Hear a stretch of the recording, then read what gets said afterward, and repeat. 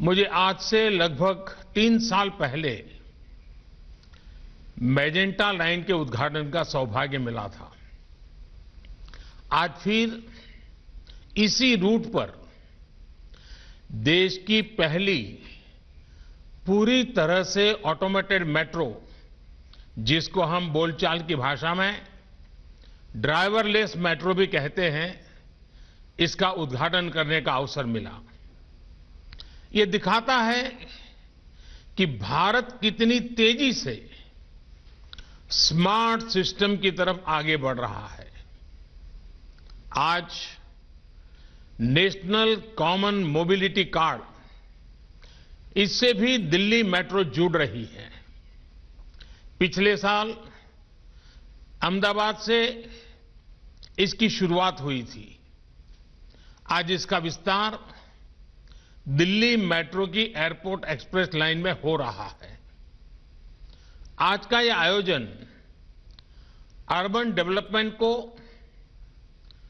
Urban ready और future ready करने का प्रयास है। साथियों, भविष्य की जरूरतों के लिए देश को आज तैयार करना, आज काम करना, ये गवर्नेंस का अहम दायित्व है। लेकिन कुछ दशक पहले जब शहरीकरण, अर्बनाइजेशन का असर और अर्बनाइजेशन का भविष्य दोनों ही बिल्कुल साफ था, उस समय एक अलग ही रवैया देश ने देखा। भविष्य की जरूरतों को लेकर उतना ध्यान नहीं था, आधे अधूरे मन से काम होता था, भ्रम की स्थिति बनी रहती थी। उस समय तेजी से शहरीकरण हो रहा है, लेकिन इसके आफ्टर इफेक्ट से निपटने के लिए हमारे शहरों को उतनी तेजी से तैयार नहीं किया गया। परिणाम यह हुआ कि देश के बहुत से हिस्सों में शहरी इंफ्रास्ट्रक्चर की मांग और पूर्ति में बहुत ज्यादा अंतर आ गया। साथियों, इस सोच से अलग आधुनिक सोच ये कहती है, शहरीकरण को चुनौती न मानकर एक अवसर की तरह इस्तेमाल किया जाए। एक ऐसा अवसर जिसमें हम देश में बेहतर इंफ्रास्ट्रक्चर बना सकते हैं, एक ऐसा अवसर जिसमें हम ईज ऑफ लिविंग बढ़ा सकते हैं। सोच का ये अंतर शहरीकरण के हर आयाम में दिखता है। देश में मेट्रो रेल का निर्माण भी इसका एक उदाहरण है। दिल्ली में ही मेट्रो की चर्चा बरसों तक चली, लेकिन पहली मेट्रो चली अटल जी के प्रयासों से। यहां तो मेट्रो सर्विस के इतने एक्सपर्ट्स इस कार्यक्रम में जुड़े हैं, वो भी इसे भली भांति जानते हैं कि मेट्रो निर्माण की क्या स्थिति थी। साथियों, साल 2014 में जब हमारी सरकार बनी, उस समय सिर्फ 5 शहरों में मेट्रो रेल थी। आज 18 शहरों में मेट्रो रेल की सेवा है। वर्ष 2025 तक हम इसे 25 से ज्यादा शहरों तक विस्तार देने वाले हैं। साल 2014 में देश में सिर्फ 248 kilometre 248 kilometre metro line operation थी। आज ये करीब 3 गुनी यानी 700 किलोमीटर से ज्यादा है। वर्ष 2025 तक हम इसका विस्तार 1700 किलोमीटर 1700 किलोमीटर तक करने का प्रयास कर रहे हैं। साल 2014 में मेट्रो पर सवारी करने वालों की संख्या 17 लाख प्रतिदिन थी। अब यह संख्या 5 गुना बढ़ गई है। अब 85 लाख लोग हर दिन मेट्रो से सवारी करते हैं। याद रखिए, ये सिर्फ आंकड़े नहीं है, ये करोड़ों भारतीयों के जीवन में आ रही ईज ऑफ लिविंग के प्रमाण है।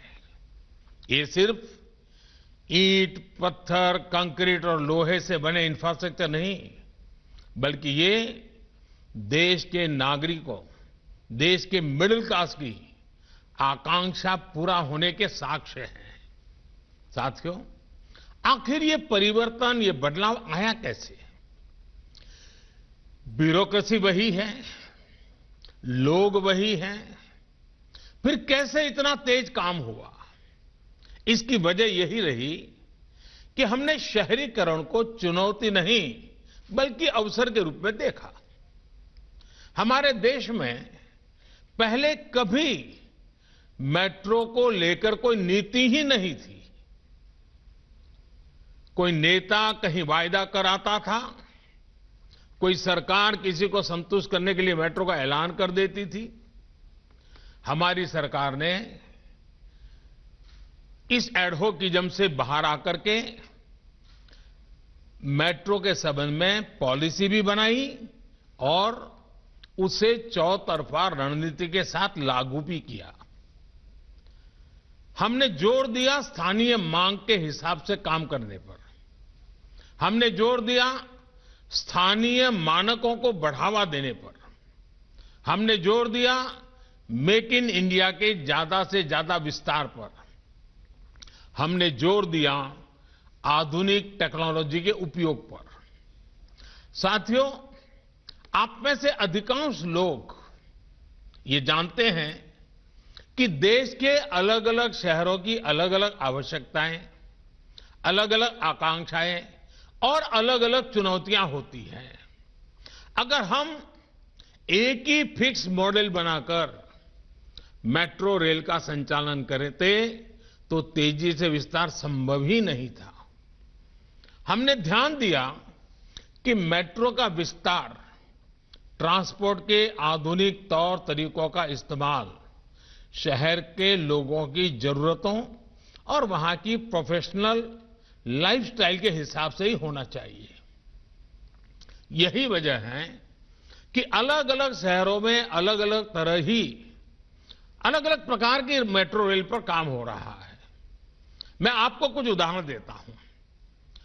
आरआरटीएस यानी regional rapid transit system, Delhi Meerut RRTS का शानदार मॉडल दिल्ली और मेरठ की दूरी को घटाकर 1 घंटे से भी कम कर देगा। मेट्रो लाइट उन शहरों में जहां यात्री संख्या कम है, वहां मेट्रो लाइट वर्जन पर काम हो रहा है। ये सामान्य मेट्रो की 40% लागत से ही तैयार हो जाती है। मेट्रो नियो, जिन शहरों में सवारियां और भी कम हैं, वहां पर मेट्रो नियो पर काम हो रहा है। ये सामान्य मेट्रो की 25% लागत से ही तैयार हो जाती है। इसी तरह है वाटर मेट्रो। ये भी आउट ऑफ द बॉक्स सोच का उदाहरण है। जिन शहरों में बड़ी वाटर बॉडी है, वहां के लिए अब वाटर मेट्रो पर काम किया जा रहा है। इससे शहरों को बेहतर कनेक्टिविटी के साथ ही उनके पास मौजूद द्वीपों के लोगों को लास्ट माइल कनेक्टिविटी का लाभ मिल सकेगा। कोची में यह काम तेजी से चल रहा है। और साथियों, हमें यह भी ध्यान रखना है कि मेट्रो आज सिर्फ सुविधा संपन्न पब्लिक ट्रांसपोर्ट का माध्यम भर नहीं है, ये प्रदूषण कम करने का भी बहुत बड़ा जरिया है। मेट्रो नेटवर्क के कारण सड़क से हजारों वाहन कम हुए हैं, जो प्रदूषण का और जाम का कारण बनते थे। साथियों, मेट्रो सर्विसेज के विस्तार के लिए मेक इन इंडिया भी उतना ही महत्वपूर्ण है। मेक इन इंडिया से लागत कम होती है, विदेशी मुद्रा बचती है और देश में ही लोगों को ज्यादा से ज्यादा रोजगार मिलता है। रोलिंग स्टॉक के मानकीकरण से जहां भारतीय मैन्युफैक्चरर्स को फायदा हुआ है, वहीं हर कोच की लागत अब 12 करोड़ से घटकर 8 करोड़ पहुंच गई है। साथियों, आज 4 बड़ी कंपनियां देश में ही मेट्रो कोच का निर्माण कर रही हैं। दर्जनों कंपनियां मेट्रो कंपोनेंट्स के निर्माण में जुटी हैं। इससे मेक इन इंडिया के साथ ही आत्मनिर्भर भारत के अभियान को मदद मिल रही है। साथियों, आधुनिक से आधुनिक तकनीक का इस्तेमाल ये समय की मांग है। अभी मुझे बिना ड्राइवर के चलने वाली मेट्रो रेल का उद्घाटन करने का अवसर मिला है। आज इस उपलब्धि के साथ ही हमारा देश दुनिया के उन चुनिंदा देशों में शामिल हो गया है जहां इस तरह की सुविधा है। हम ऐसे ब्रेकिंग सिस्टम के भी प्रयोग कर रहे हैं जिनमें ब्रेक लगाने पर 50% ऊर्जा वापस ग्रिड में चली जाती है। आज मेट्रो रेल में 130 मेगावाट सोलर पावर का इस्तेमाल किया जा रहा है, जिसे बढ़कर 600 मेगावाट तक ले जाने का इरादा है। आर्टिफिशियल इंटेलिजेंस उसका उपयोग करते हुए आर्टिफिशियल इंटेलिजेंस लेस प्लेटफॉर्म और स्क्रीनिंग दरवाजे, इन आधुनिक तकनीकों पर भी काम तेजी से चल रहा है। साथियों, आधुनिकीकरण के लिए एक ही तरह के मानक और सुविधाएं उपलब्ध कराना बहुत जरूरी है। राष्ट्रीय स्तर पर कॉमन मोबिलिटी कार्ड इसी दिशा में एक बड़ा कदम है। कॉमन मोबिलिटी कार्ड का लक्ष्य बिल्कुल स्पष्ट है। आप जहां कहीं से भी यात्रा करें, आप जिस भी पब्लिक ट्रांसपोर्ट से यात्रा करें, ये एक कार्ड आपको इंटीग्रेटेड एक्सेस देगा। यानी एक कार्ड ही हर जगह के लिए पर्याप्त है। ये हर जगह चलेगा। साथियों, मेट्रो के सफर करने वाले जानते हैं किस तरह अक्सर सिर्फ एक टोकन लेने के लिए कितनी कितनी देर लाइन में लगे रहना होता है। दफ्तर या कॉलेज पहुंचने में देर हो रही है और ऊपर से टिकट की परेशानी। मेट्रो से उतर भी गए तो बस का टिकट। आज जब हर किसी के पास समय की कमी है तो रास्तों में समय नहीं गंवाया जा सकता। एक जगह से दूसरी जगह जाने के लिए ऐसी दिक्कतें अब देश के लोगों के सामने रुकावट न बने, हम इस दिशा में काम कर रहे हैं। साथियों, देश के सामर्थ्य और संसाधनों का देश के विकास में सही इस्तेमाल हो, ये हम सभी की जिम्मेदारी है। आज तमाम व्यवस्थाओं को एकीकृत करके देश की ताकत को बढ़ाया जा रहा है। एक भारत श्रेष्ठ भारत को मजबूत किया जा रहा है।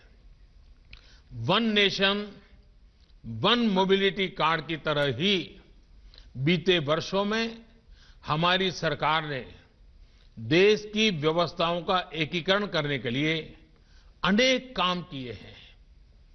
वन नेशन वन फास्टैग ने देश भर के हाईवे पर ट्रैवल सीमलेस हुआ, अनावश्यक रोक टोक रुकी है, जाम से मुक्ति मिली है, देश का समय और देरी से होने वाला नुकसान कम हुआ है। वन नेशन वन टैक्स यानी जीएसटी ने देश भर में टैक्स का जाम समाप्त हुआ है। डायरेक्ट टैक्स से जुड़ी व्यवस्था एक जैसी हुई है। One nation one power grid, इससे देश के हर हिस्से में पर्याप्त और निरंतर बिजली की उपलब्धता सुनिश्चित हो रही है। बिजली का नुकसान कम हुआ है। One nation one gas grid, इससे समंदर से दूर देश के उन हिस्सों को सीमलेस गैस कनेक्टिविटी सुनिश्चित हो रही है जहां गैस आधारित जीवन और अर्थव्यवस्था पहले सपना हुआ करता था। One nation one health insurance scheme, यानी आयुष्मान भारत से देश के करोड़ों लोग एक राज्य में ही नहीं बल्कि पूरे देश में कहीं भी इसका लाभ ले रहे हैं। One nation one ration card, इससे भी एक स्थान से दूसरे स्थान जाने वाले नागरिकों को नया राशन कार्ड बनाने के चक्करों से मुक्ति मिली है। एक राशन कार्ड से पूरे देश में कहीं भी सस्ते राशन की सुविधा संभव हो पाए हैं। इसी तरह नए कृषि सुधारों और इनाम जैसी व्यवस्थाओं से one nation one agriculture market की दिशा में देश आगे बढ़ रहा है। साथियों, देश का हर छोटा बड़ा शहर 21वीं सदी के भारत की अर्थव्यवस्था का बड़ा सेंटर होने वाला है। हमारी दिल्ली तो देश की राजधानी भी है। आज जब 21वीं सदी का भारत दुनिया में नई पहचान बना रहा है तो हमारी राजधानी में वो भव्यता रिफ्लेक्ट होनी चाहिए। इतना पुराना शहर होने की वजह से इसमें चुनौतियां जरूर है, लेकिन इन चुनौतियों के साथ ही हमें इसको आधुनिकता की नई पहचान भी देनी है। इसलिए आज दिल्ली को आधुनिक स्वरूप देने के लिए अनेकों प्रयास किए जा रहे हैं। दिल्ली में इलेक्ट्रिक मोबिलिटी को बढ़ाने के लिए सरकार ने इनकी खरीद पर टैक्स में भी छूट दी है। दिल्ली की सैकड़ों कॉलोनियों का नियमितीकरण हो या फिर झुग्गियों में रहने वाले परिवारों को बेहतर आवास देने का प्रयास, दिल्ली की पुरानी सरकारी इमारतों को आज की जरूरत के अनुसार एनवायरमेंटल फ्रेंडली बनाया जा रहा है।